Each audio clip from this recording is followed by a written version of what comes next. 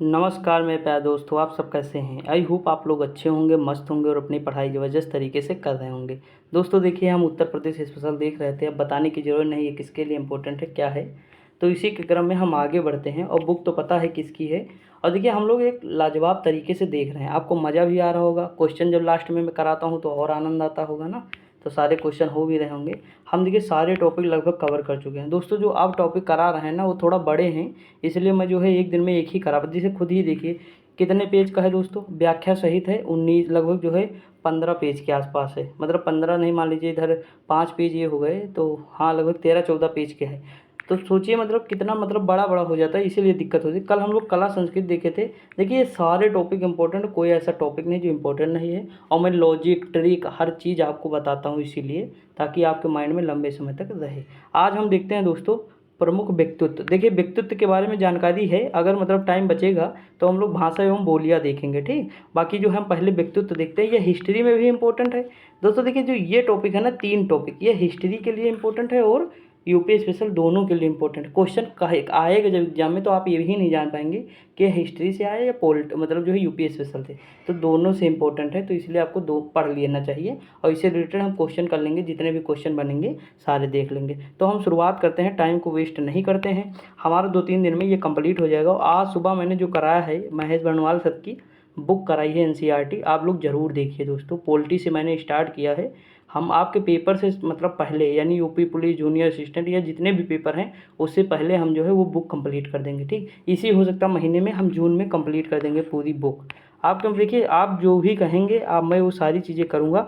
आप लोग कमेंट करके लेकिन बताया करिए ज़रूर, ठीक। अब हम शुरुआत करते हैं। देखिए गौतम बुद्ध, आपको पता है ना, 1 नंबर देके जाते हैं कि नहीं।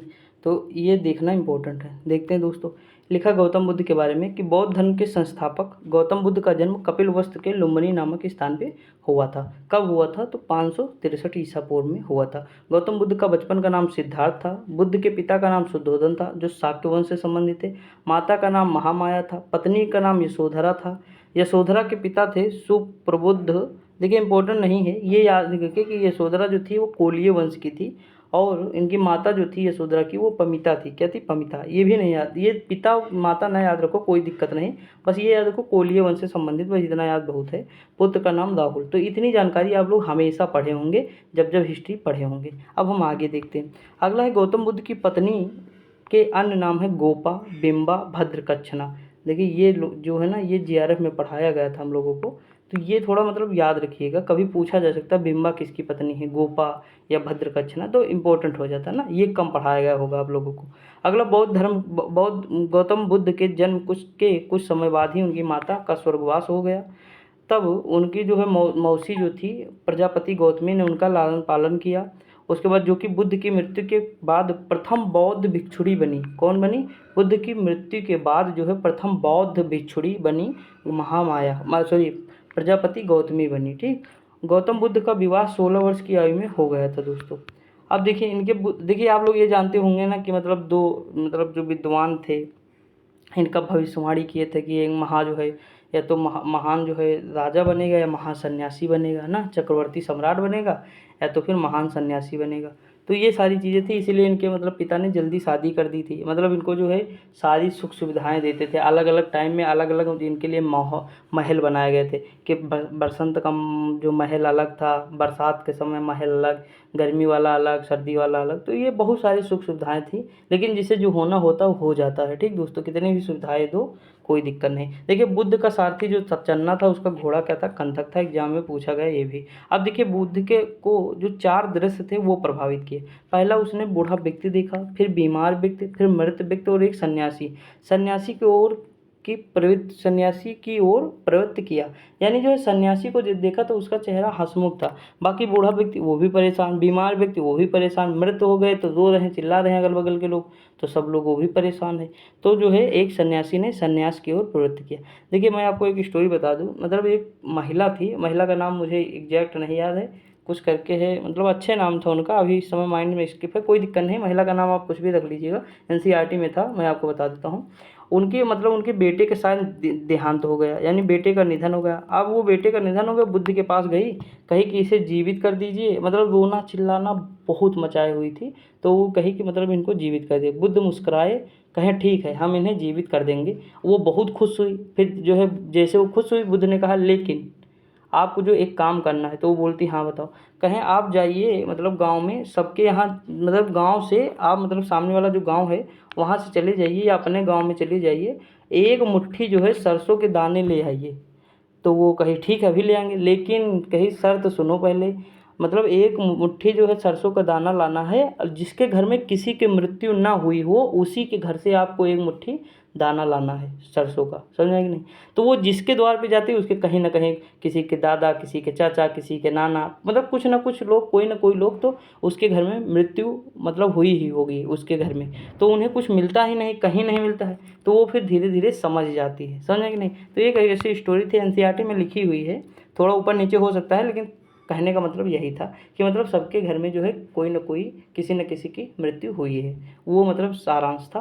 तो ये सारी चीज़ें थी। देखिए यहाँ इन सांसारिक दुखों से व्यथित होकर 29 वर्ष की आयु में गृह त्याग कर दिया, जिससे बौद्ध ग्रंथों में महाभिनिष्क्रमण की संज्ञा दी गई है। अगला देखिए, गृह त्याग को क्या कहते हैं, महाभिनिष्क्रमण। और जो है गृह मतलब जो है घर को त्यागते हैं तो महाभिनिष्क्रमण, और जो शरीर को त्यागते हैं तो महापरिनिर्वाण, ठीक। और जब ज्ञान की प्राप्ति होती, प्रथम उपदेश देते हैं तो धर्मचक्र परिवर्तन। ये 3 याद रखना आपको। 6 वर्षों की कठिन तपस्या के बाद 35 वर्ष की आयु में वैशाख पूर्णिमा की रात को निरंजना या फाल्गु नदी के तट पर उर्वेला यानी बोधगया में पीपल वृक्ष का नाम था अश्वत्थ या बोधि वृक्ष के नीचे ज्ञान की प्राप्ति हुई। बुद्ध के ज्ञान की प्राप्ति की घटना को बौद्ध धर्म में संबोधि की संज्ञा दी गई। यहीं सुजाता ने बुद्ध को वैशाख पूर्णिमा के दिन खीर खिलाई थी। आगे बढ़ते हैं। अगला, बुद्ध ने अपना प्रथम उपदेश, जिसे बौद्ध ग्रंथों में धर्मचक्र परिवर्तन कहा गया है, धम्मचक्र परिवर्तन, सारनाथ ऋषिपत्तनम, ये इंपॉर्टेंट है, ये कहीं कहीं ये लिखा मिलता है, याद रखिए। 5 ब्राह्मणों सन्यासियों को दिया जिन्होंने उन्हें उपदेश पाली भाषा में दिए थे। उन्होंने अपने उपदेश जो है किसमें दिए, पाली भाषा में। गौतम बुद्ध ने सर्वाधिक उपदेश श्रावस्ती में दिए। कल भी हम लोग ये चीज़ देख रहे थे, ठीक।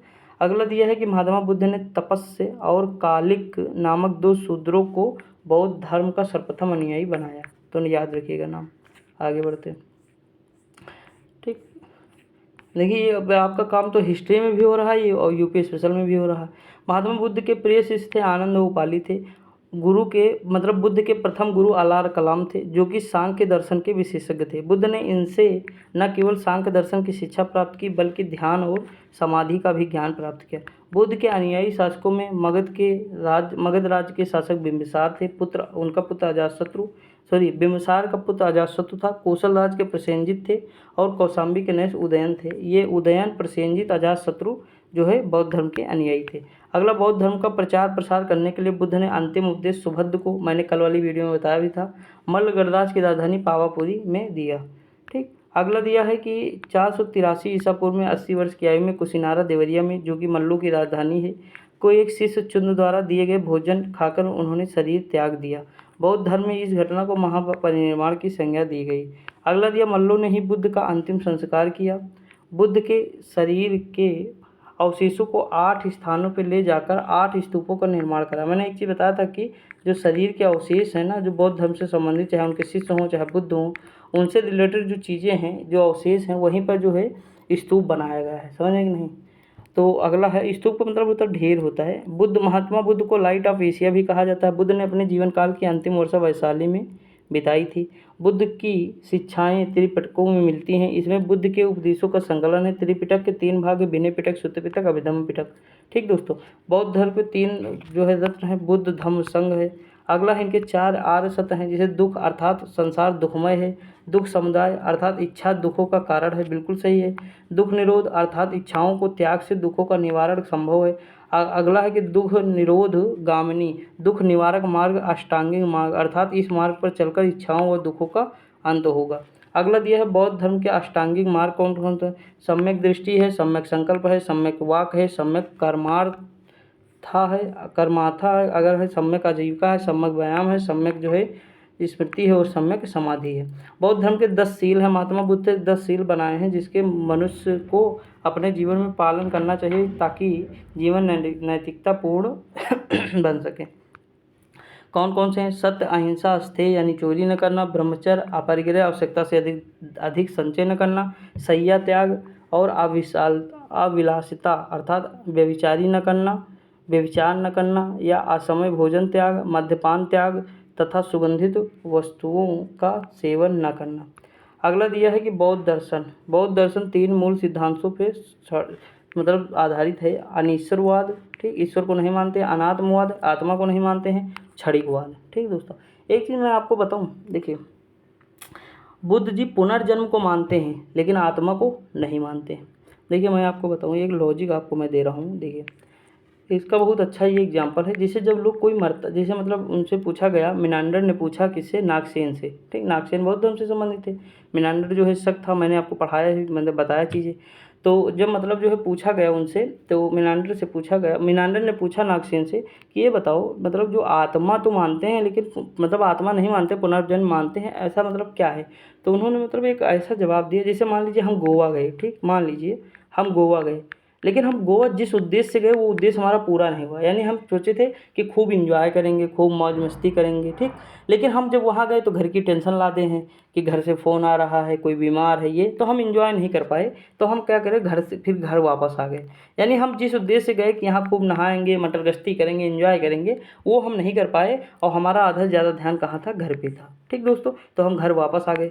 तब आप बताइए हमारी ये इच्छा पूरी हुई? नहीं हुई। तो हम क्या करेंगे, दोबारा फिर गोवा जाने का प्लान करेंगे कभी, जब मौसम मतलब अनुकूल होगा तो हम गोवा जाएंगे, जाएंगे कि नहीं? तो आप बताइए, मतलब ये ऐसे ही होता है कि जैसे हमारे यहाँ देखो दादा लोग मरने लगते तो उनको एक चिंता होती, बेटवा हमारे मरने के बाद छोटुआ का ख्याल रखना, या इनका फलाने का ख्याल रखना, या पैसा उनको आधे से ज़्यादा पैसा मैंने जिसे जिसे दिया हो उससे ले लेना। मतलब वो मरने से पहले बहुत सारी चीज़ों का लोड अपने सर पे लिए रहते हैं। यानी उनकी बहुत सारी इच्छाएं होती जो पूरी नहीं होती मरने के बाद। तब जब उनकी मृत्यु होती है उसके बाद वो फिर पुनर्जन्म लेते। देखिए मैं कितना सही कितना गलत मैं इस पर नहीं जा रहा हूँ, मतलब मैं ये आपको बता रहा हूँ, ये बात मैंने नहीं कही, अवध ओझा सर ने बताई थी, तो मैं उन्हीं को बता रहा हूँ क्योंकि हिस्ट्री थोड़ी उनसे पढ़ा हूँ ना, तो ये चीज़ मैं आपको बता रहा हूँ। तो मतलब जैसे उनकी इच्छाएं जो है, जब कोई मर रहा होता तो देखो उसके दिमाग में बहुत सारी चीज़, छोटू की मतलब जो छोटू की शादी करना है या बिटिया की शादी करना है, मतलब इस तरह उनके थॉट बहुत सारे रहते हैं। तो वो दोबारा पुनर्जन्म फिर लेते हैं। यानी उनको इस जन्म में उनकी इच्छाएं पूर्ण नहीं हो पाती हैं तो अगला जन्म फिर लेते हैं। ठीक, ऐसा है, मतलब थोड़ा लॉजिक भी लगता है, मतलब बाकी मतलब सही है कि क्या है, अब आप लोग जानिएगा, हम लोग आगे बढ़ते हैं। ठीक, नहीं तो ज़्यादा विवाद में घिर जाएंगे। देखिए यहाँ प्रथम संगति कहाँ थी? राजगृह में थी। 483 ईसा पूर्व का महाकश्यप, अजातशत्रु, ठीक, और हृदय से संबंधित। देखिए इसकी ट्रिक मैंने बताई है, 5 मिनट की क्लास है, आप लोग देख लीजिएगा। देखिए मैं कोशिश कर रहा हूँ फिर से, चलो बता दूँ। देखिए अगर हम इसकी ट्रिक क्या बनाएं, राजगृह, तो देखिए RMA रमा, ठीक, RMA रमा कर दीजिए, कोई दिक्कत नहीं।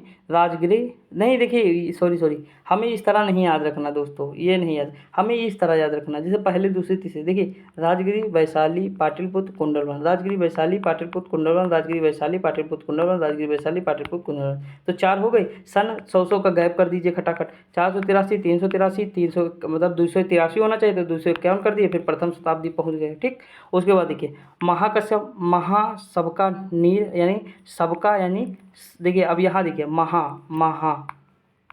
महा, तो यहाँ लास्ट में आ की उच्चारण आ रहा है, तो महा यानी महाकश्यप, अजातशत्रु। ठीक, महाकश्यप, देखिए ये आपको ऊपर से नीचे याद कर लेना है। ठीक, और ये कैसे याद करना है, तो देखिए इसकी एक मतलब अभी एक मतलब लाइन में अगर आपको याद करना हो तब भी मैंने बताया है तो वहाँ से कर सकते हैं, लेकिन ऐसे याद करिए क्योंकि हमने कोई ट्रिक नहीं दोस्तों याद किया, आप ही लोगों के लिए बनाया हूँ थोड़ा, तो बाकी मतलब ऐसे याद रखिए, हम ऐसे याद किए हैं। देखिए महा, तो महा से लास्ट में आ गया, अजातशत्रु हो गया। सबका, तो सबका मीर यानी सबका मीर यानी सबका, और काला शोक, सबका यानी काला शोक, तो ये हो गया। ठीक, मोगलीपुत्तिस, तो अशोक हो जाएंगे तृतीय पाटलिपुत्र भाई। अगला है कनिष्क, तो पता ही है, अध्यक्ष वसुमित्र थे, वो उपाध्यक्ष आशुघोष से, कुषाणवंश से संबंधित है। ठीक दोस्तों, अब हम देखते हैं कबीर। कबीर के बारे में मैंने एक चीज़ बताया था, कबीर जी बखिया उधेर देते हैं सामने वाले की अपनी बातों से, तो बखिया से बखीरा, बखीरा झील कहाँ है? संत कबीर नगर। ठीक दोस्तों, आगे बढ़ते हैं। अब देखिए यहाँ लिखा कबीर का जन्म है 1398 में वाराणसी में हुआ था। इनका पालन पोषण नीडू और नीमा नामक जुलाहक दंपत्ति ने किया था। संत कबीर की पत्नी का नाम लोई, पुत्र का नाम कमाल, पुत्री का नाम कमाली था। कबीरदास के गुरु का नाम रामानंद था। इंपॉर्टेंट है, एग्जाम में पूछा भी गया है। इनकी भाषा थी सदुक्कड़ी। कौन थी? सदुक्कड़ी। कब देखिए ये तो मतलब पूछा जा सकता है दोस्तों, यूपी पुलिस में तो आराम से पूछा जा सकता है ना, भाषा के रूप में पूछा जाएगा। अगला, कबीर की रचनाएं बीजक के रूप में संग्रहित हैं। इसके 3 भाग हैं, साखी, शबद, रमैनी। कबीरदास की मृत्यु हुई है 1518 में। कहाँ हुई? तो मगहर संत कबीर नगर में हुई थी। अगला, सूरदास। सूरदास का जन्म हुआ 1478 ईसा पूर्व मथुरा के रुनकता नामक ग्राम में हुआ था। इनके पिता का नाम पंडित रामदास तथा माता का नाम जमुनादास भाई था। सूरदास के गुरु का नाम आचार्य वल्लभाचार्य था। देखिए गुरु अगर आप याद रख सकते हो तो ज़्यादा बेटर है, याद रखिएगा। बाकी चीज़ें मैं कहूँगा ज़्यादा ना याद रखिए, बस उनकी रचनाएं याद रखिए, ये इंपॉर्टेंट है। सूरदास की प्रमुख रचना थी सूरसारावली, सूरसागर, साहित्य लहरी, राधा राधा रसकेली आदि। सूरदास की भाषा कौन सी? तो ब्रज भाषा थी। कौन थी? ब्रज भाषा। सूरदास की मृत्यु गोवर्धन के निकट पारसौली नामक ग्राम में 1583 में हुई थी। अगला, तुलसीदास। तुलसीदास जो है, तुलसीदास गोस्वामी तुलसीदास का जन्म 1532 में बांदा के निकट राजापुर नामक स्थान पर हुआ था। तुलसीदास के पिता का नाम आत्माराम दुबे था, माता का नाम हुलसी था। इनकी पत्नी का नाम रत्नावली था। तुलसी के गुरु थे नरहरि दास। तुलसीदास के बचपन का नाम था राम बोला। तुलसीदास की रचनाएं थे ब्रज व अवधी दोनों भाषाओं में थी। अगला, तुलसीदास की प्रमुख रचनाएं हैं रामचरितमानस है, पार्वती मंगल है, जानकी मंगल है, दोहावली, कवितावली, गीतावली, सतसई, बैराग, संदीपनी थी, रामाज्ञा प्रश्न है, रामलला नैचु है, बरवा रामायण है तथा विनय पत्रिका आदि है। तुलसीदास की मृत्यु हुई है 1623 ईस्वी में, वाराणसी में हुई है। आगे बढ़ते हैं। अगला है रैदास। संत रविदास या संत रैदास जी का जन्म लगभग 1388 में बनारस में हुआ था। ये संत कबीर दास के समकालीन थे। ये भक्तिकाल के वैष्णव संत यानी रामानंद के 12 शिष्यों में से एक थे। रैदास निर्गुण ब्रह्म के उपासक थे। इन्होंने रामदासी संप्रदाय की स्थापना की। रैदास के 40 पद सिखों के पवित्र ग्रंथ गुरु ग्रंथ साहिब से भी मिलते हैं। संत रैदास मीराबाई के गुरु थे। देख लीजिए, मीराबाई के गुरु कौन थे? संत रविदास। अगला, संत रविदास की मृत्यु जो हुई है 1518 में बनारस में हुई है। अगला है जियाउद्दीन बर्नी। ये हिस्ट्री के लिए आ गया। देखिए जियाउद्दीन बर्नी, इनका जन्म नहीं याद रखना आपको दोस्तों, बस आपको ये बताना कि क्या लिखा है, किसके समय थी, ये इंपॉर्टेंट है। देखिए इनका जन्म हुआ तो 1285 में बुलंदशहर के बरन नामक स्थान पर हुआ, इसलिए अपने नाम के बाद बर्नी लिखते हैं। जियाउद्दीन बर्नी अमीर खुसरो के मित्र और निजामुद्दीन औलिया के शिष्य थे। देखिए बर्नी निजामुद्दीन औलिया के शिष्य थे, अमीर खुसरो के मित्र थे। जियाउद्दीन बर्नी दिल्ली सल्तनत के मोहम्मद बिन तुगलक और फिरोज शाह तुगलक के समय एक इतिहासकार एवं राजनीतिक विचारक थे। जियाउद्दीन बर्नी की प्रमुख पुस्तक कौन? तारीख फिरोज शाही। मोस्ट इंपॉर्टेंट फतवा जहाँ दादी, दोनों इंपॉर्टेंट है दोस्तों। इनकी मृत्यु 1357 में हुई। अगला है कि हजरत निजामुद्दीन औलिया। इनका जन्म होता है 1236 में, उत्तर प्रदेश के बदायूं जिले में हुआ था। निजामुद्दीन औलिया को महबूब इलाही तथा सुल्तान उल औलिया की उपाधि दी गई थी। वह चिश्तिया सिलसिले के चौथे सूफी संत थे। निजामुद्दीन औलिया बाबा फरीद के शिष्य थे। शेख नसीरुद्दीन चिराग दहली, जियाउद्दीन बर्नी, अमीर खुसरो निजामुद्दीन औलिया के शिष्य थे। अगला दिन, निजामुद्दीन औलिया की मृत्यु 1325 में हुई। निजामुद्दीन औलिया की दरगाह कहाँ है? दिल्ली में है, पूछा जा सकता है। अगला दिया अमीर खुसरो। अमीर खुसरो जिनको तोता ये हिंद के नाम से भी जाना जाता है, इनका कासगंज जो पटियाली कासगंज में हुआ था, इनका वास्तविक नाम अबुल हसन यमीनुद्दीन खुसरो है। अमीर खुसरो फारसी कवि एवं साहित्य इतिहासकार हैं। खड़ी बोली के आविष्कार का श्रेय भी अमीर खुसरो को दिया जाता है। अगला क्वेश्चन, सर्वप्रथम अमीर खुसरो ने हिंदवी शब्द का उल्लेख किया। इन्होंने अपनी रचना में हिंदी और फारसी का उपयोग किया। इनकी प्रमुख रचना है तुगलकनामा, कुरानुस्सादैन, खजाई उल फतूह, नूह सिपर व देवल रानी खिज्र खां आदि हैं। अमीर खुसरो ने दिल्ली के 8 सुल्तानों का काल देखा। एग्जाम में यूपी ट्रिपल एससी में तो कई बार पूछा गया। ठीक, 1325 में। आगे बढ़ते हैं। अगला क्वेश्चन क्या किसके बारे में दिया है? तो टोडरमल के बारे में। राजा टोडरमल का जो सीतापुर के लहरपुर गांव में 1503 में हुआ था। टोडरमल अकबर के 9 रत्नों में से एक थे। ये पहले टोडरमल शेरशाह सूरी के दरबार में भू अभिलेख मंत्री थे। राजस्व के बारे में जानकारी थी अच्छी, मतलब वित्त मंत्री थे। अकबर के वित्त मंत्री के रूप में टोडरमल कार्य करते थे। आईने दहसाला एक कृषि राजस्व प्रणाली आरंभ की थी। और राजा टोडरमल की मृत्यु जो है 1589 में लाहौर में हुई थी। अगला है बीरबल। बीरबल का जन्म 1528 ईस्वी में जालौन के जिले कालपी में एक ब्राह्मण परिवार में महेश दास के रूप में हुआ था। बीरबल अकबर के 9 रत्नों में से एक थे। साथ ही अकबर द्वारा चलाए गए धर्म दीन इलाही को स्वीकार करने वाले पहले व्यक्ति थे। बादशाह अकबर ने इन्हें कविराज की उपाधि प्रदान की। पश्तून के यूसुफ जायू के साथ पश्चोत्तर के एक युद्ध में 1586 में बीरबल की मृत्यु हो गई। अगला शेख फैजी, इनका जन्म 1547 ईस्वी में आगरा में हुआ था। फैजी अकबर के नौरत्नों में से एक थे। फैजी का पूरा नाम शेख अबुल फैज था। शेख फैजी अबुल फजल के बड़े भाई थे। फैजी ने भास्कराचार्य द्वारा संस्कृत भाषा में रचित जो प्रसिद्ध पुस्तक है लीलावती का फारसी में अनुवाद किया।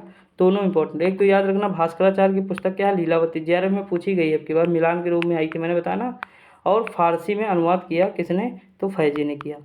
अगला क्वेश्चन, अबुल फजल। अबुल फजल 1550 ईस्वी में आगरा में हुआ था। अबुल फजल का पूरा नाम था अबुल फजल इब्न मुबारक था। अबुल फजल शेख मुबारक का पुत्र था।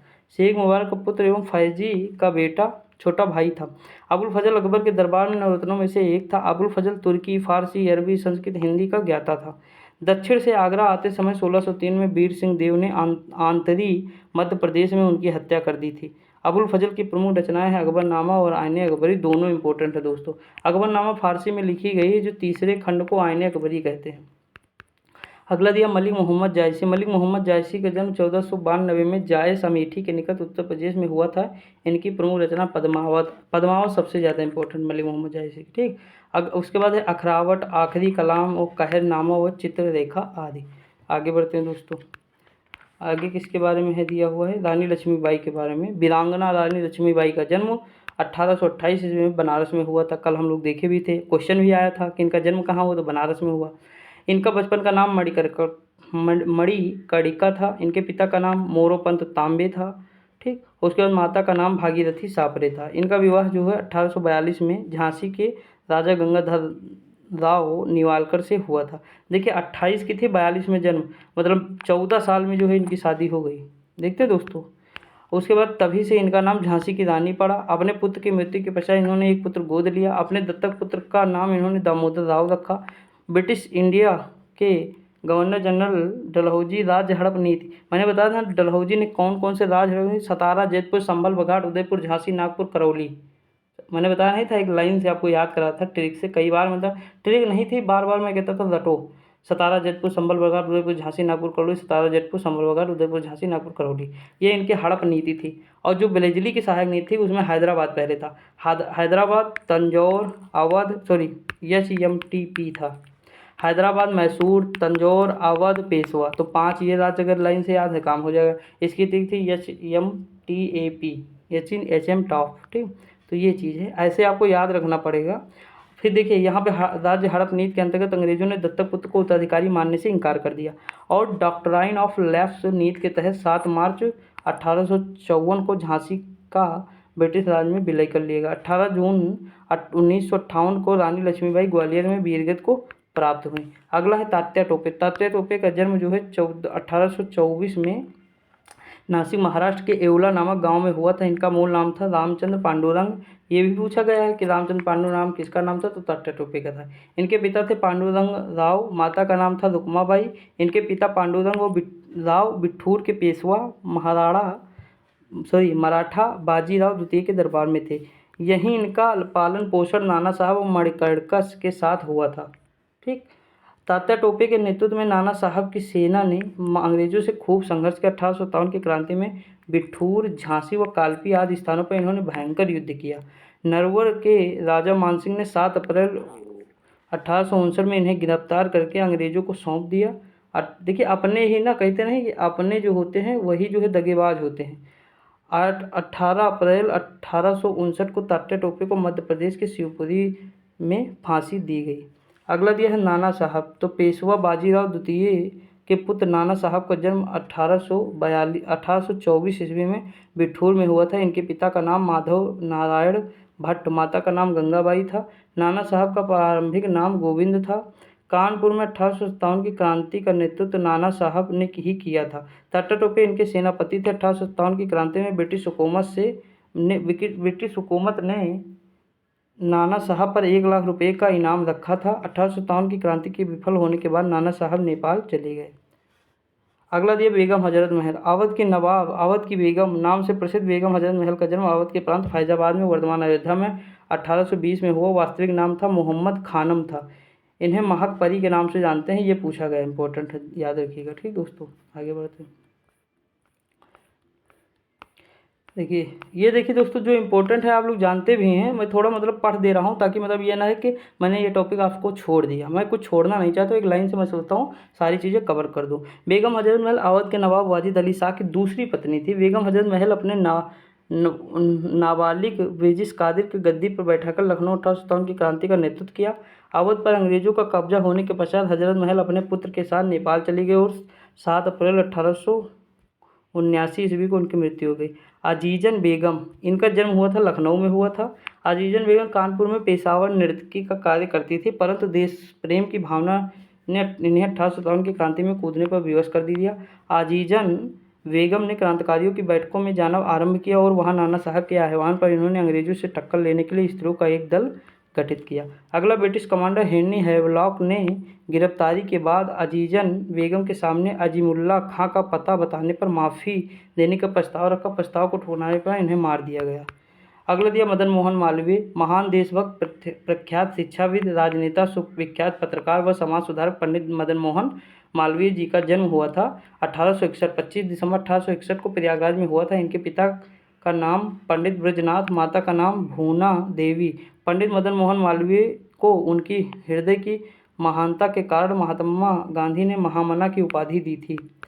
महान राष्ट्रवादी नेता पंडित मदन मोहन मालवीय ने वर्ष 1916 में बनारस हिंदू विश्वविद्यालय की स्थापना की थी। अगला है पंडित मदन मोहन मालवीय 15 वर्ष की आयु में ही मकरंद उपनाम से कविताएं लिखना लगे थे। देखिए, याद रखिएगा, पूछा जा सकता कभी भी। अगला है 1885 से 1907 के बीच में 3 पत्र हिंदुस्तान इंडियन यूनियन व अभ्युदय का संपादन किया। इन्होंने इलाहाबाद जिला विद्यालय में अध्यापन कार्य और इलाहाबाद हाईकोर्ट में वकालत की। पंडित मदन मोहन मालवीय भारतीय राष्ट्रीय कांग्रेस के 4 बार अध्यक्ष चुने थे। 1909 का लाहौर, 18 1930 दिल्ली में और जो है 32 में कोलकाता में कांग्रेस के अधिवेशन के अध्यक्ष रहे। 1919 में इन्होंने अंग्रेजी अखबार द लीडर की स्थापना की। इंपॉर्टेंट पूछा जा सकता है द लीडर किसका अखबार है। इन्होंने लंदन में आयोजित द्वितीय गोलमेज सम्मेलन में भी भाग लिया। मदन मोहन मालवीय का निधन 1946 में बनारस को हुआ। देश के लिए इनके महान योगदान देश के लिए उनके महान योगदान को देखते हुए 2014 में उनको देश के सबसे बड़े नागरिक सम्मान भारत रत्न से अलंकृत किया गया। मंगल पांडे का जन्म 19 जुलाई 1827 को बलिया के नगवा नामक गांव में हुआ था। इनके पिता का नाम दिवाकर पांडे तथा माता का नाम अभय रानी था। 22 वर्ष की आयु में 1849 में Mangal Pandey east India company की सेवा में भर्ती हुए। वह पश्चिम बंगाल में बैरकपुर स्थित 34वीं बटालियन के सैनिक थे। गाय व सुअर की चर्बी लगे कारतूस को मुंह से काटकर लोड करने के विरोध में मंगल पांडे ने सार्जेंट मेजर ह्यूसन व लेफ्टिनेंट बॉब को गोली मारकर मौत के घाट उतार दिया। 8 अप्रैल 1857 को बैरकपुर में मंगल पांडे को फांसी दे दी गई। ये भारतीय स्वतंत्रता संग्राम के 1857 की क्रांति के प्रथम शहीद थे। इसके पश्चात 10 मई 1857 को मेरठ छावनी से सैनिकों ने विद्रोह कर दिया। राम प्रसाद बिस्मिल के बारे में देखते हैं। इनका जन्म 11 जून 1897 को शाहजहांपुर में हुआ था। इनके पिता का नाम पंडित मुरलीधर तथा माता का नाम मूलवती था। राम प्रसाद एक कवि, शायर, अनुवादक, इतिहासकार व साहित्यकार भी थे। ये उर्दू में बिस्मिल नाम से लिखते थे। बिस्मिल के अतिरिक्त वे राम और अज्ञात के नाम से भी लेख और कविताएं लिखते थे। अगला दिया राम प्रसाद बिस्मिल द्वारा लिखी गई कुछ प्रमुख पुस्तकें कौन है। मैनपुरी षड्यंत्र है, स्वदेशी रंग है, चीनी षड्यंत्र है, अरविंद घोष की कारावास कहानी है, अशफाक की याद में, सोना खान के अमर शहीद, Veer Narayan Singh, general George Washington व अमेरिका कैसे स्वाधीन हुआ। अगला दिया राम प्रसाद बिस्मिल ने अक्टूबर 1924 में सचिन सन्याल, योगेश चंद्र चटर्जी और चंद्रशेखर आज़ाद के साथ हिंदुस्तान रिपब्लिक एसोसिएशन की स्थापना की। हम लोग कब देखे थे ये आचार्य, तो ये हम लोग देखे थे कल की परसों वाली वीडियो में देखे थे। ठीक, अगला दिया है जिसे लिखा है सरफरोशी की तमन्ना अब हमारे दिल में है, देखना ये जोर कितना बाज हुए कातिल में है। इन पंक्तियों की रचना किसने की? तो राम प्रसाद बिस्मिल ने की थी। अगला दिया है 9 अगस्त 1925 को काकोरी ट्रेन एक्शन नायक पंडित राम प्रसाद बिस्मिल को लखनऊ के सेशन कोर्ट में फांसी की सजा दी गई और इन्हें फांसी गोरखपुर में दी गई 27 में। देखिए, ये भी इंपॉर्टेंट है, पूछा गया था ना क्वेश्चन वहाँ कि राम प्रसाद बिस्मिल को कहाँ फांसी दी गई, तो गोरखपुर में दी गई थी, तो याद रखिएगा। अब देखिए चंद्रशेखर आज़ाद, देखिए यहाँ लिखा चंद्रशेखर आज़ाद का जन्म 23 जुलाई 1906 में मध्य प्रदेश के अलीराजपुर जिले में भाभरा गांव, वर्तमान का नाम चंद्रशेखर आज़ाद नगर में हुआ था। मूल रूप से उनका परिवार उन्नाव जिले के बदरका गांव से था। इनके पिता का नाम सीताराम तिवारी, माता का नाम जगरानी देवी था। चंद्रशेखर आज़ाद मात्र 14 वर्ष की अल्पायु में ही स्वतंत्रता संग्राम में कूद पड़े थे। उसके बाद रामप्रसाद बिस्मिल चंद्रशेखर आज़ाद को क्विक सिल्वर कहकर पुकारते थे। मतलब रामप्रसाद बिस्मिल चंद्रशेखर आज़ाद को क्या कहते थे? Quick silver. झांसी के निकट ओरछा के जंगलों में आज़ाद अपने साथियों के साथ निशानेबाजी का अभ्यास करते थे। चलो मान लिया करते थे। आज़ाद दूसरे क्रांतिकारियों को प्रशिक्षण देने के साथ ही पंडित हरिशंकर ब्रह्मचारी के छद्म नाम से बच्चों के अध्यापन का कार्य भी करते थे। अगला दिया है कि हिंदुस्तान रिपब्लिक एसोसिएशन का सदस्य बनने के बाद इन्होंने 9 अगस्त 1925 को अन्य क्रांतिकारियों के साथ ब्रिटिश राज के खिलाफ काकोरी ट्रेन एक्शन को अंजाम दिया। अगला इसके पश्चात 1927 में बिस्मिल और 4 अन्य क्रांतिकारी साथियों के बलिदान के बाद इन्होंने उत्तर भारत की सभी क्रांतिकारी पार्टी को संगठित करने के लिए हिंदुस्तान सोशलिस्ट रिपब्लिक एसोसिएशन का गठन किया। इन्होंने भगत सिंह के साथ मिलकर सैंडर्स की हत्या कर लाला लाजपत राय का मौत का बदला लिया। उसके बाद 27 फरवरी 1931 को प्रयागराज के अल्फ्रेड पार्क में चंद्रशेखर आज़ाद ने अंग्रेजों से मुठभेड़ के दौरान स्वयं को गोली मार ली और देश के लिए शहीद हो गए। अगला अशफाक उल्ला खां। इनका जन्म शाहजहांपुर में 22 अक्टूबर 1900 को हुआ था। ये रामप्रसाद बिस्मिल के घनिष्ठ मित्र थे, साथ ही हिंदुस्तान रिपब्लिक एसोसिएशन के सदस्य थे। 9 अगस्त 1925 को काकोरी ट्रेन एक्शन में शामिल हुए। काकोरी ट्रेन एक्शन में भागीदारी के लिए अशफाक उल्ला खां को फैजाबाद में फांसी दी गई। रामप्रसाद बिस्मिल को गोरखपुर में, उनको फैजाबाद में। दोनों क्वेश्चन पूछे गए हैं। ठीक। रोशन सिंह को फांसी दी गई है, शायद इलाहाबाद में दी गई थी। देखते हैं। देखिए रोशन सिंह को कहाँ इलाहाबाद में दी गई, देखते हैं दोस्तों। रोशन सिंह का जन्म शाहजहांपुर के नवादा गांव में 22 जनवरी 1925 को हुआ था। इनके पिता का नाम ठाकुरी जंगी सिंह और माता का नाम कौशल्या देवी था। रोशन सिंह हिंदुस्तान रिपब्लिक एसोसिएशन के सक्रिय थे। रोशन सिंह 9 अगस्त 1925 को काकोरी ट्रेन एक्शन में शामिल नहीं थे, परंतु बमरौली डकैती में इनके शामिल होने के साथ मिलने के पश्चात अंग्रेजी हुकूमत ने इन्हें फांसी दिलवाने के लिए पूरा जोर लगाया। देखिए कोई भी कितना प्रयास करता, अंग्रेज अगर चाहते किसी को फांसी दिलाना तो वो दिला के ही रहते। ठीक। कोई कितना भी जोर लगाता, वो किसी की बात सुनते नहीं थे दोस्तों। भगत सिंह को एक दिन पहले 24 मार्च को फांसी होनी थी, एक दिन पहले ही भगत सिंह, सुखदेव, राजगुरु, इनको फांसी 23 मार्च को ही दे दिया गया। तो मतलब ये चीज़ है, अंग्रेज किसी के नहीं सुनते थे उस समय, तो ये इलाहाबाद में इनको फांसी दी गई। ठीक। अगला शिव वर्मा को देखते हैं। विश्व क्रांतिकारी शिव वर्मा का जन्म 9 फरवरी 1904 को उत्तर प्रदेश के हरदोई जिले के काकोरी नामक गांव में हुआ था। इनके पिता कन्हैया लाल वर्मा एक वैद्य थे। शिव वर्मा को कई क्रांतिकारी गतिविधियों में भाग लेने के आरोप में 1929 को गिरफ्तार कर लिया गया और लाहौर षड्यंत्र केस में आजीवन कारावास की सजा देकर अंडमान निकोबार द्वीप समूह के सेलुलर जेल भेज दिया गया। 97 में इनका कानपुर में निधन हो गया। 1997 में कानपुर में इनका निधन हो गया। ठीक। लंबे समय तक चले हैं। भगवती चरण ओहरा का जन्म 1903 में आगरा में हुआ था। इनके पिता शिवचरण ओहरा लाहौर के रेलवे में कार्यरत थे। इनकी प्रारंभिक शिक्षा दीक्षा लाहौर में ही हुई। 13 वर्ष की अल्पायु में ही इनका विवाह 11 वर्षीय दुर्गावती से कर दिया गया। 1926 में लाहौर में भगवती चरण ओहरा ने भगत सिंह के साथ मिलकर नौजवान सभा की स्थापना की। भगवती चरण ओहरा काकोरी केस, लाहौर षड्यंत्र केस तथा लाला लाजपत राय को मरवाने वाले अंग्रेजी अफसर सैंडर्स की हत्या में भी शामिल थे। इन्होंने 23 दिसंबर 1949 में इरविन की स्पेशल ट्रेन को बम से उड़ाने की कोशिश की, जिसमें इरविन बच गए। इन्होंने गांधी जी की हिंसा का महत्व समझाने के लिए फिलोसफी ऑफ द बम नामक लेख लिखा। ये बम बनाने के काफ़ी दक्ष थे। अगला 28 मई 1930 को रावी नदी के तट पर क्रांतिकारियों के साथ बम का प्रशिक्षण करते हुए दुर्घटना में इनकी मृत्यु हो गई। अगला पुरुषोत्तम दास टंडन, हम लोग देखते भी थे, मतलब इनके बारे में जानते भी हैं, अभी आगे देखेंगे। देखिए इनका जन्म होता है 1882 में होता है इलाहाबाद में। इनको भारत रत्न 1961 में मिलता है, 61 में मिलता है। इनके पिता हैं शालिग्राम टंडन लिपिक थे। 1920 में असहयोग आंदोलन, 1921 में समाज कल्याण हेतु गांधी जी के आह्वान पर ये वकालत छोड़कर स्वतंत्रता संग्राम में कूद पर इन्होंने सहयोग आंदोलन, सत्याग्रह, लंदन गोलमेज सम्मेलन में भाग लिया था। अगला ये संयुक्त परंतु वर्तमान उत्तर प्रदेश के विधानसभा के 13वें वर्ष 1937 से 50 तक अध्यक्ष रहे। 1946 में संविधान सभा में सम्मिलित किया गया। 1952 में लोकसभा तथा 1956 में उत्तर प्रदेश के राज्यसभा के लिए चुने गए। 1 जुलाई 1962 में इनकी मृत्यु हो जाती है। अगला है कि पंडित दीनदयाल उपाध्याय।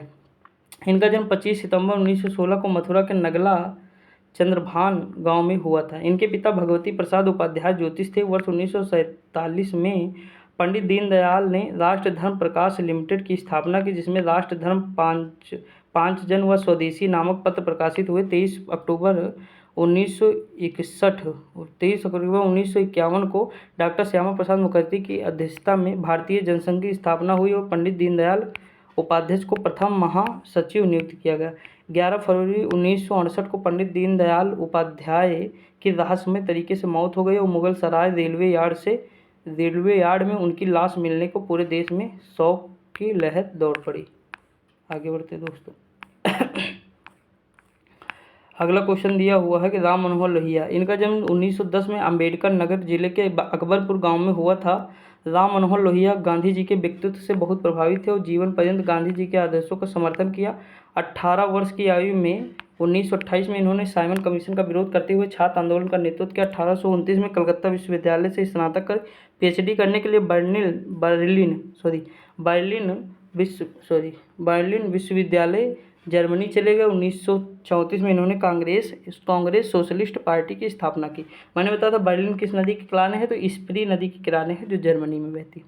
अगला है कि 12 अक्टूबर 1967 को इन्होंने विलिंगडन हॉस्पिटल, वर्तमान का डॉक्टर राम मनोहर लोहिया हॉस्पिटल, दिल्ली में देह त्याग कर दिया। Guilty man of India's partition, doctor Ram Manohar Lohia की आत्मकथा मोस्ट इंपॉर्टेंट है दोस्तों, याद रखिएगा।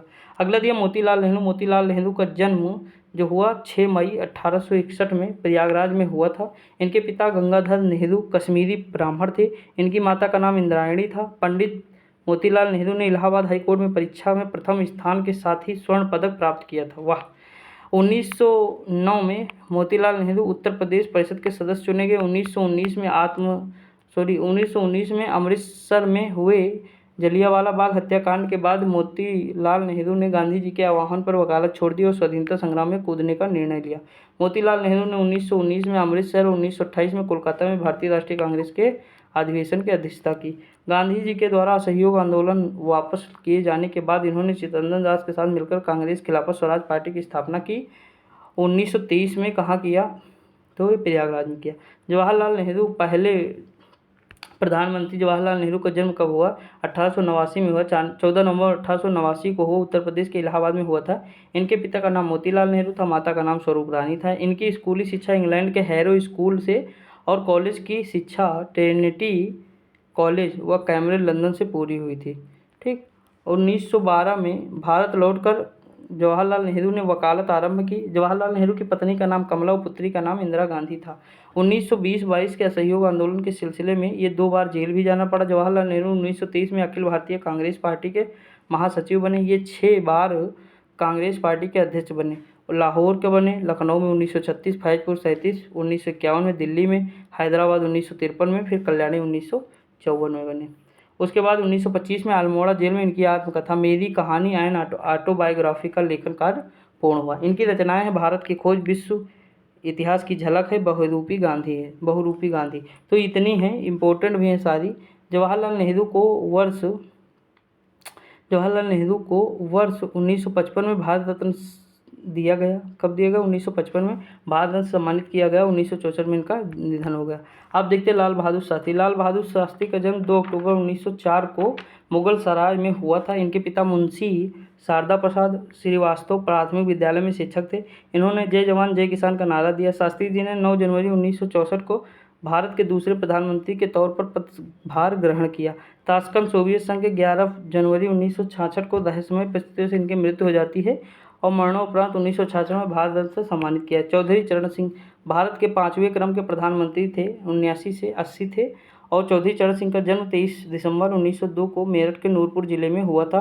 नूरपुर गांव में हुआ था। चौधरी चरण सिंह लोकसभा का सामना न करने वाले इकलौते प्रधानमंत्री थे। इन्होंने 1923 में विज्ञान से स्नातक एवं 1925 में आगरा विश्वविद्यालय से स्नातकोत्तर यानी जो है PG की डिग्री प्राप्त की थी।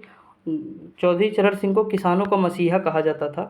चौधरी चरण सिंह की जयंती पर 23 दिसंबर को देश में किसान दिवस के रूप में मनाया जाता है। इनके द्वारा लिखी गई कुछ महत्वपूर्ण पुस्तकें जमींदारी उन्मूलन, भारत की गरीबी और उसका समाधान, किसानों की भूसंपत्ति और किसानों के लिए भूमि, prevention of division of holdings below a certain minimum, cooperative farming एक्स रेट आदि। अगला है कि मुंशी प्रेमचंद का जन्म 1880 को बनारस के लमही नामक गांव में हुआ था। इनका वास्तविक नाम धनपत राय था। इनके पिता अजायब रॉय लमही के डाक विभाग के मुंशी थे। माता का नाम आनंदी देवी था। मुंशी प्रेमचंद को हिंदी के अलावा उर्दू व फारसी का भी ज्ञान था। मुंशी प्रेमचंद की दूसरी पत्नी शिवरानी देवी एक बाल विधवा थी। शिवरानी देवी ने प्रेमचंद की मृत्यु के पश्चात उनकी जीवनी प्रेमचंद इन हाउस लिखी।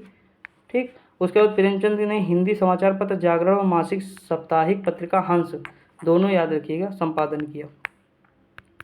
एक सेकेंड और देखते दोस्तों। अब हिंदी के कुछ है ना, तो ये देख लेते हैं, ज़्यादा नहीं बचा है, कोई दिक्कत नहीं। अब देखिए इनके उपन्यास मोस्ट इंपॉर्टेंट है, जैसे गोदान, गबन, रंगभूमि, कर्मभूमि, प्रेमाश्रय, निर्मला, रूठी रानी, वरदान, सेवा सदन, प्रतिज्ञा, मंगलसूत्र, जिसे उनके पुत्र ने पूरा किया था, आदि। प्रेमचंद की कहानी है पंचमहल, कफन है, नमक का दरोगा है, पूस की रात है, चित्रा है, ईदगाह, आल्हा है, दो बैलों की कथा आदि है। प्रेमचंद के प्रमुख नाटक है करबला है, प्रेम की बेदी है, संग्राम है, तजुर्बा है। प्रेमचंद के कुछ निबंध, कुछ विचार, जैसे प्रेमचंद के निबंध है कुछ विचार, कलम, त्याग और तलवार। 1936 में बनारस के प्रेमचंद की मृत्यु हो जाती है वाराणसी में। अगला महादेवी वर्मा, आधुनिक युग की मीरा के नाम से विख्यात महादेवी वर्मा का जन्म 1907 में फर्रुखाबाद जो है उत्तर प्रदेश में हुआ था। इनके पिता गोविंद प्रसाद वर्मा, माता का नाम हेमरानी था। 1932 में इन्होंने इलाहाबाद विश्वविद्यालय से संस्कृत में एमए करने के पश्चात प्रयाग महिला विद्यापीठ की स्थापना की, प्रधानाचार्य के रूप में कार्य किया। इन्होंने मासिक पत्रिका चांद का बिना वेतन के लिए संपादन किया। अगला महादेवी वर्मा की रचनाएं हैं निहार है, रश्मि है, नीरजा है, सांध्य गीत है, दीप शिखा है, अग्निदेखा, यामा मोस्ट इंपॉर्टेंट है, नीलांबरा है, प्रथम आयाम है, सप्तपर्णा है और संधनी आदि है। 11 दिसंबर 1987 को प्रयागराज में इनकी मृत्यु हो जाती है। इन्हें 1956 में पद्म विभूषण, 1982 में ज्ञानपीठ और 1988 में पद्म विभूषण दिया गया मरणोपरांत। अगला है भारतेंदु हरिश्चंद्र। भारतेंदु हरिश्चंद्र का जन्म 9 सितंबर 1850 में बनारस वाराणसी में हुआ था। इनके पिता गोपाल चंद्र भी एक कवि थे। इन्होंने कवि वचन सुधा, बाल बोधनी, हरिश्चंद्र चंद्रिका का संपादन किया। भारतेंदु हिंदी साहित्य में भारतेंदु काल के पितामह माने जाते हैं। भारतेंदु की भाषा शैली ब्रज भाषा एवं खड़ी बोली थी। अगला दिया है भारतेंदु हरिश्चंद्र की प्रमुख रचनाएं कौन है? प्रेम माधुरी, प्रेम मल्लिका, मधु मुकुल, वर्षा विनोद, भारत दुर्दशा, अंधेर नगरी है, प्रेम तरंग है, विनय प्रेम पचासा है, वैदिक हिंसा, हिंसा न भवती, श्री चंद्रावली, हमीर हट है तथा बादशाह दर्पण आदि है। इन्होंने मुद्रा राक्षस का भी अनुवाद किया। अगला भारतेंदु की मृत्यु 6 जनवरी 1885 को बनारस में हुआ। जयशंकर प्रसाद का जन्म 30 जनवरी 1890 को काशी उत्तर प्रदेश में हुआ था। इनके पिता का नाम देवी प्रसाद था। ठीक दोस्तों, आगे बढ़ते हैं। अगला जयशंकर प्रसाद की रचना है जैसे कमायनी है, आंसू है, झरना है, प्रेम पथिक है, उर्वशी है, इरावती है, चित्राधार है, लहर है, तितली है, कंकाल है, प्रतिध्वनि है, छाया है, कानन कुसुम है, आकाशदीप है, आंधी है और ध्रुव स्वामिनी आदि है। 15 नवंबर 1937 में को इनकी मृत्यु हो गई। अगला है कि प्रताप नारायण मिश्र। प्रताप नारायण मिश्र का जन्म ये हुआ था 1856 में, उत्तर प्रदेश के उन्नाव में हुआ था। इनके पिता संकटा प्रसाद एक ज्योतिषी थे। प्रताप नारायण मिश्र ने ब्राह्मण नामक पत्रिका, मोस्ट इंपॉर्टेंट है, मासिक पत्र में लगभग हर विषय पर निबंध लिखे हैं। अगला दिया है प्रताप नारायण मिश्र की प्रमुख रचनाएं हैं जैसे गौ संकट, हठी हमीर, कलि कौतुक, कलि प्रभाव, मन की लहर, प्रेम पुष्पावली, मानस विनोद, भारत दुर्दशा, जुआरी खुआरी, बात तथा संगीत, शाकुंतल, छाया अनुवाद, अभिज्ञान शाकुंतलम, कालिदास आदि है। 6 जुलाई 1894 को इनको मृत्यु हो गई। मैथिली शरद गुप्त, इनका जन्म 3 अगस्त 1886 को झांसी के निकट चित्रगांव में हुआ था। ठीक, 1954 पद्म विभूषण मिला। साहित्य जगत में इन्हें दद्दा के नाम से संबोधित किया गया। स्वतंत्रता प्राप्ति के समय प्रभावशाली सिद्ध हुए। इनकी कृति कौन है? भारत भारती है। इनके मतलब जो इनकी कृति भारत भारती, इन्हीं के कारण महात्मा गांधी ने राष्ट्र कवि कहा भारत मैथिली शरण गुप्त को। इनकी जयंती कब मनाई? 3 अगस्त को कवि दिवस के रूप में मनाया जाता है। अगला मैथिली शरण गुप्त की प्रमुख रचनाएं कौन सी हैं? भारत भारती, साकेत है, यशोधरा है, जयद्रथ वध है, पंचवटी है, द्वापर है, त्रिपिटक है। मोस्ट बढ़िया है इनकी, मतलब आप पढ़ेंगे तो मजा आएगा आपको। 1964 को इनका निधन चिरगांव में ही हो गया था। दोस्तों संडे को आप लोग ना कोई बुक अच्छी से पढ़ा करिए, चाहे उपन्यास हो, चाहे किसी की जीवनी हो, मतलब संडे को निकालिएगा टाइम और कम से कम 12, 20, 25, 30 पेज तक पढ़ लिया करिए, तो थोड़ा और मतलब अच्छा लगेगा आप लोगों को। ठीक, देखिए आचार्य रामचंद्र शुक्ल का जन्म 1884 को बस्ती जिले के अगोना गाँव में हुआ था। आचार्य रामचंद्र शुक्ल की प्रमुख रचनाएं चिंतामणि, विचार वीथी, हिंदी साहित्य का इतिहास, आदर्श जीवन आदि है। इनकी मृत्यु हुई थी 1951 में हुई थी। अगला हरिवंश राय बच्चन। देखिए इनका जन्म जो है 1907 में प्रयागराज के निकट हुआ था, वर्तमान में प्रतापगढ़ जिले में हुआ, मतलब प्रतापगढ़ जिले आता है। इनकी प्रमुख रचना है मधुशाला है, मधुबाला, मधुलस, निशा नियंत्रण है, एकांत संगीत है। उसके बाद क्या है, तो मिलन यामिनी है, ठीक। उसके बाद क्या भूलूं के याद करूँ, दो चट्टानें हैं, बसेरे के दूर है, प्रवास की डायरी है, नील का निर्माण, फिर दस द्वार से सोपान तक है। इन्हें 1968 में इनकी रचना दो चट्टानों ही साहित्य अकादमी पुरस्कार से सम्मानित किया। ठीक दोस्तों, आगे बढ़ते हैं। देखिए अगला लिखा है कि इनकी मृत्यु 2003 में, मतलब 2003 में मुंबई में हुई थी। हजारी प्रसाद द्विवेदी का जन्म हुआ था 1907 में, बलिया जिले में हुआ था। 1957 में पद्म विभूषण दिया गया। आलोक पर्व के निबंध के लिए 1973 में साहित्य अकादमी पुरस्कार मिला। इन्हें काशी विश्वविद्यालय के प्रोफेसर एवं HOD हेड ऑफ डायरेक्टर के रूप में इनकी सेवाएं दी। अगला हजारी प्रसाद द्विवेदी की रचनाएं कौन कौन सी हैं? कल्पलता है, विचार और वितर्क है, विचार प्रवाह है, आलोक पर्व है, कुटज मोस्ट इंपॉर्टेंट है, हिंदी साहित्य की भूमिका, नाथ संप्रदाय, बाणभट्ट की आत्मकथा, सूर साहित्य और मेघदूत है। 1979 में इनका निधन हो जाता है। अगला है कि डॉक्टर संपूर्णानंद का जन्म 1990 में बनारस में हुआ। देखिए आप एक चीज़ देख रहे हैं, प्रयागराज, बनारस, यहाँ मतलब ज़्यादा जन्म हुए हैं ना, तो ये मतलब क्षेत्र ही शिक्षा का मतलब ज़्यादा था। बाकी पश्चिम में भी हुए हैं कुछ जगह। देखिए यहाँ इनकी जो है पुस्तक कौन सी है, तो इन्होंने मर्यादा और टूरे नामक पत्रों का भी संपादन किया है। डॉक्टर संपूर्णानंद ने उत्तर प्रदेश के शिक्षा मंत्री, गृह मंत्री और मुख्यमंत्री पद को भी सुशोभित किया है। वाह, ठीक, ये जानकारी जानते थे दोस्तों। अगला है राजस्थान के राज्यपाल भी रहे हैं। जीवन तथा आदर्श द्विलास सप्त तारामंडल, भाषा की शक्ति, आदि का आदि देश, समाजवाद, अंतर्राष्ट्रीय विधान और सम्राट हर्षवर्धन आदि। अगला दिया हुआ है कि इनकी जो है मृत्यु कब हुई, तो 1969 में हुई थी। बंदालाल वर्मा का जन्म हुआ था 1889 में, झांसी में हुआ, उत्तर प्रदेश। इनका नाम अयोध्या प्रसाद था, पिता का नाम। अगले दिन इनकी रचनाएं हैं मृगनयनी है, झांसी की रानी है, भुवन विक्रम है, टूटे कांटे, आंचल है, मेरा कोई, राखी की लाज है, संगम है, लगान, अहिल्याबाई है, माधवाजी सिंधिया है, कचनार आदि है। इनका जो है देहांत होता है 1969 में। अगला दिन सुभद्रा कुमारी चौहान है। इनका जन्म होता है 1904, इलाहाबाद उत्तर प्रदेश में हुआ था। सुभद्रा कुमारी चौहान के प्रमुख रचनाएं हैं बिखरे मोती, उन्मादनी, सीधे साधे चित्र, अनोखा दान, आराधना, उपेक्षा, उल्लास या कदम्ब का पेड़, समर्पण तथा जलियांवाला बाग में बसंत आदि है। 15 फरवरी 1948 को सड़क दुर्घटना में इनकी मृत्यु हो गई थी। अगला सच्चिदानंद हिरन वात्स्यायन अग्गे, 1911 में कसिया, मतलब कुशीनगर उत्तर प्रदेश में हुआ था इनका जन्म। ये हमारा जो है लास्ट पेज है, उसके बाद हम क्वेश्चन करेंगे, ठीक, इसी में शुरुआत कर देंगे। इनकी रचनाएं प्रमुख है शेखर एक जीवनी, कोठरी की बात, परंपरा, एक बूंद, सहसा उछली, सबरंग, आत्मनेपद, त्रिशंकु, उत्तर प्रियदर्शी तथा नदी के द्वीप है। 4 अप्रैल 1987 को इनकी मृत्यु हो जाती है। अगला धर्मवीर भारती का जन्म 25 सितंबर 1926 को प्रयागराज उत्तर प्रदेश में हुआ था। इनकी प्रमुख रचनाएं हैं गुनाहों का देवता, सूरज का सातवां घोड़ा, अंधा युग, बंद गली का आखिरी मकान, ठेले पर हिमालय तथा कुछ चेहरे कुछ चिंतन आदि। वर्ष 1972 में भारत सरकार द्वारा पद्मश्री से अलंकृत किया गया। इनकी मृत्यु हुई 4 सितंबर 1987 को हुई। राहुल सांकृत्यायन का जन्म उत्तर प्रदेश के आजमगढ़ जिले में पदहा गांव, इनके नलिहाल में 9 अप्रैल जो है 1893 को हुआ था। इन्हें काशी के पंडितों का महापंडित की उपाधि दी गई। ठीक दोस्तों, अगला इनकी रचना है घुमक्कड़ शास्त्र है, मेरी लद्दाख यात्रा है। ये ज़्यादा मतलब घूमे ज़्यादा हैं, ठीक। अगला है वोल्गा से गंगा है, मेरी जीवन यात्रा है, भागो नहीं दुनिया बदलो, दिमागी गुलामी है, किन्नर देश में और दर्शन दिग्दर्शन आदि हैं। 63 में दार्जिलिंग में इनकी मृत्यु हो जाती है। दार्जिलिंग कहाँ, पश्चिम बंगाल में। अब मायावती जी के बारे में देखते हैं। देखिए मायावती का जन्म जो हुआ था 1956 को दिल्ली के सुचेता कृपलानी अस्पताल में हुआ था। मायावती का पैतृक गांव था बादलपुर, गौतम बुद्ध नगर जिले में स्थित है। राजनीतिक पार्टी थी बहुजन समाजवादी पार्टी। इस बार एक भी सीट नहीं मिली इनको, ये मतलब चिंता के विषय है, ठीक। अगला वर्ष 2012 से 17 में राज्यसभा की सदस्य भी रही हैं, 12 से 17 तक। और उत्तर प्रदेश की 4 बार मुख्यमंत्री थी, हम लोग देख भी चुके। मुलायम सिंह इनकी समाजवादी पार्टी के संस्थापक हैं। उत्तर प्रदेश में 3 बार मुख्यमंत्री रहे हैं, रक्षा मंत्री भी थे, ठीक। तो अगला है नेताजी और धरतीपुत्र के उपनाम इनके हैं। नेताजी कहते हैं और धरतीपुत्र कहते हैं। गांव खूब मतलब जो है बज रहा होगा, गाना जो बजता है चुनाव समय, देखते होंगे, धरतीपुत्र मुलायम, ऐसे कुछ था।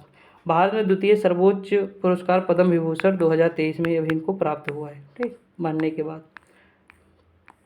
आगे बढ़ते हैं। देखिए बस एक जो 2 लोग और हैं, उसके बाद हम देखेंगे क्वेश्चन। भारत के 14वें राष्ट्रपति कौन थे? रामनाथ कोविंद थे, 17 से 22 थे। बिहार के राज्य गवर्नर थे 15 से 17। उत्तर प्रदेश राज्य में भारत के राष्ट्रपति के पद पर आसीन होने वाले प्रथम व्यक्ति थे। ठीक, उत्तर प्रदेश राज्य से भारत के राष्ट्रपति के पद पर आसीन होने वाले प्रथम व्यक्ति हैं रामनाथ कोविंद। हाल ही में सरकार ने एक राष्ट्र एक चुनाव फाइनल पर गठन रामनाथ कोविंद की अध्यक्षता में की है। अगला दिया मेजर ध्यानचंद, तो इनके बारे में कौन नहीं जानता।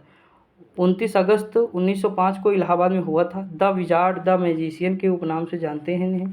ठीक, हॉकी से संबंधित हैं। और क्या है, खेल दिवस इन्हीं की याद में मनाया जाता है, मतलब इन्हीं के जन्म दिवस पर मनाया जाता है। अगला है कि 28 में, 32 में, 36 में ओलंपिक खेलों में स्वर्ण पदक जीता, टीम इंडिया को जीत दिलाई। आगे बढ़ते हैं। अगला देखिए, अमीर खुसरो किसके विकास में अग्रगामी भूमिका निभाए, तो खड़ी बोली। अब देखिए क्वेश्चन करेंगे दोस्तों, ठीक है, तो ये खड़ी बोली हो जाएगा। अगला, निम्नलिखित में किसे तोता हिंद कहा जाता था, तो बताइए, अमीर खुसरो को कहा जाता था ना। आगे बढ़ते हैं। अगला, निजामुद्दीन औलिया का जन्म कहाँ हुआ था, तो इनका जन्म कहाँ हुआ था, बदायूं में हुआ था। अगला दिया है कि सूफी संत को महबूब ए इलाही कहा जाता है, तो किसे कहा जाता है, शेख निजामुद्दीन औलिया को। अगला दिया है धनपत राय श्रीवास्तव, तो मुंशी प्रेमचंद जी को कहा जाता है ना, ऑप्शन नंबर बी। देखिए जो क्वेश्चन पूछे गए हैं वही इसमें दिए हुए हैं, वो ज़्यादा इंपॉर्टेंट है। भारत भारती किसकी रचना है, तो आप बताइए। भारत भारती मातृ सरल गुप्त की रचना है। ठीक, इसी के कारण तो इनको जो है राष्ट्र कवि दिए थे उपाधि महात्मा गांधी जी। अगला लीलावती, तो मैंने बताया था ना, लीलावती फारसी में अनुवाद की। देखिए ये भास्कराचार्य की है, फारसी में जो अनुवाद किए थे वो किए थे फैजी ने। किसने, फैजी ने। अगला, बीरबल का जन्म कहाँ हुआ था, भैया बीरबल का जन्म हुआ था जालौन में हुआ था। बनारस हिंदू विश्वविद्यालय की स्थापना किसने की, मदन मोहन मालवीय जी ने की। अगला है शब्द किसकी कृति है, तो भैया साखी शबदमैनी कबीरदास जी की। टोटल में किससे संबंधित, भू राजेश सुधार से। अगला दिया, रानी लक्ष्मीबाई का विवाह झांसी के निम्नलिखित में से किस राजा से हुआ था, तो किससे, मतलब जो इनका विवाह हुआ था, गंगाधर राव से हुआ था। अगला दिया, बेगम हजरत महल भारत के निम्नलिखित में से किस विद्रोह से संबंधित, 1857 की क्रांति से संबंधित है, सिपाही विद्रोह। अगला, बेगम हजरत महल ने 1857 के विद्रोह का नेतृत्व निम्नलिखित में से किस शहर से किया, तो लखनऊ से किया, सिंपल सी बात है। अगला दिया है कि जो है कानपुर में 1857 की क्रांति का नेतृत्व किसने किया, तो दोस्तों कानपुर में जो मतलब 1857 की क्रांति का नेतृत्व किए थे वो नाना साहब थे। कौन थे, नाना साहब थे। अगला दिया है जो है निम्नलिखित हिंदी साहित्य के किस कवि को कलाधर के उपनाम से जाना जाता है, तो ये जयशंकर प्रसाद हैं। अगला दिया है कि बिस्मिल अजीमाबादी रची सरफरोशी की तमन्ना अब हमारे दिल में है, ये मतलब किस क्रांतिकारी का नारा है, तो राम प्रसाद बिस्मिल का है। फांसी कहाँ दी जाती, गोरखपुर में। अशफाक उल्लाह को खां को फैजाबाद में, और रोशन सिंह को इलाहाबाद में। और लाल बहादुर शास्त्री का जन्म, देखिए वो तीनों इंपॉर्टेंट है दोस्तों, कहीं ना कहीं आपको मिल सकते हैं, टकरा सकता है, देखिएगा, क्योंकि मुझे तो कई बार मिला है, आपको भी मिलेगा, देखिए। 2 अक्टूबर 1904 को लाल बहादुर शास्त्री का जन्म होता है। अगला है किस रचनाकार के बचपन का नाम राम बोला, तो तुलसीदास जी का था। अगला है काकोरी केस के किस क्रांतिकारी को गोरखपुर में, तो अब बताइए, गोरखपुर में राम प्रसाद बिस्मिल हो जाएंगे। किस संत को रामायण के लेख में वाल्मीकि का अवतार माना जाता है, तो ये माना जाता है तुलसीदास जी को, गोस्वामी तुलसीदास। अब देखिए पेट में क्वेश्चन आया था कि निम्नलिखित में से कौन सी प्रेमचंद की कृत नहीं है, तो देखिए मैंने मैला आंचल नहीं बताया आपको, फणीश्वर नाथ रेणु की है मैला आंचल, बाकी सारी प्रेमचंद जी की है, ये नहीं है। ठीक, तो देखिए दोस्तों यहाँ पे ये टॉपिक हमारा कंप्लीट होता है। आपको वीडियो कैसी लगी आप कमेंट करके जरूर बताइएगा। इसी तरह मरते रहिए, मस्त रहिए, खुश रहिए। मिलते हैं अगली वीडियो में, तब तक के लिए जय हिंद।